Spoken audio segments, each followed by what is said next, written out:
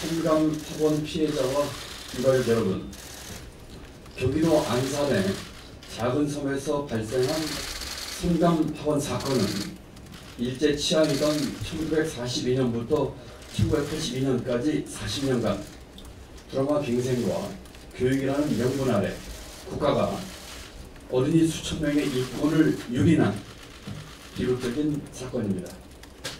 성감학원은 40년 전에 문을 닫고 사라졌지만 지방자치 시행 이전 관선도지사 시대에 벌어진 심각한 국가폭력으로 크나큰 고통을 겪으신 생존 피해자와 유가족 여러분께 경기도지사로서 깊은 사과와 위로의 말씀을 드립니다.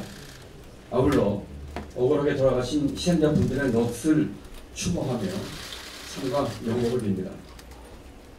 저는 어제 성감학원 풀을 방문했습니다. 방문해서 이걸 매장으로 추정되는 풀와 또 현재 박물관 추모비 또 과거에 있었던 건물터 등을 둘러보면서 비통한 심정을 금할 수가 없었습니다.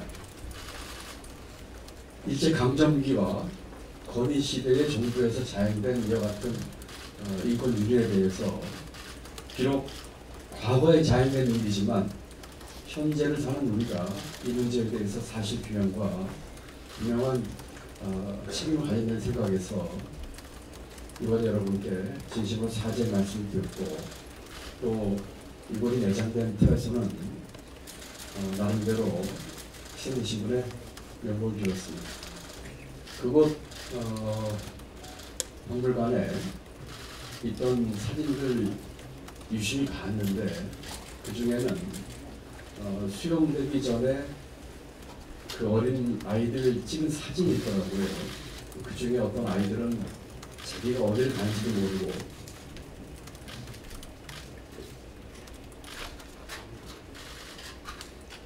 천진하게 웃고 있는 사진도 있었습니다. 어제 저는 지금 아이들, 그 당시에 수용됐던 아이들의 지금 또래 아이들이 가장 좋아하는 과자 빵을 가지고 왔습니다. 아마도 그곳에 수용되면서 굶주림과 추위와 떨면서 왜 여기가 있는지 모르면서 했던 수많은 희생자들, 지금을 살았던 그 또래 아이들이 가장 좋아했을 빵과 과자를 가지고 와서 넋을 위로를 했습니다. 과거에 자행된 일이지만 현재를 사는 우리가 반드시 풀어야 될 문제라는 생각으로 저는 이 자리에 섰습니다. 존경하는 성감학원 피해자와 유가족 여러분, 민선 8기 경비원은 오늘 진실화해위원회의 진실규명을 계기로 과거 성감학원 아동인권 침해 사건에 대해 책임있는 자세로 피해자분들의 상처 치유와 명예회복을 지원하기 위해 최선의 노력을 다할 것을 약속드립니다. 저희가 생각하는 지원 대책으로는 첫째, 피해자 생활 지원을 위해 생활안전지원금 지급을 검토하고 피해자 지원센터를 설치하여 피해 지원 기능을 체계화하겠습니다. 둘째, 트라우마 해소 프로그램을 운영하여 피해자의 일상 회복과 정신 건강을 체계적으로 관리할 수 있도록 하고 의료 서비스 지원을 내시하겠습니다.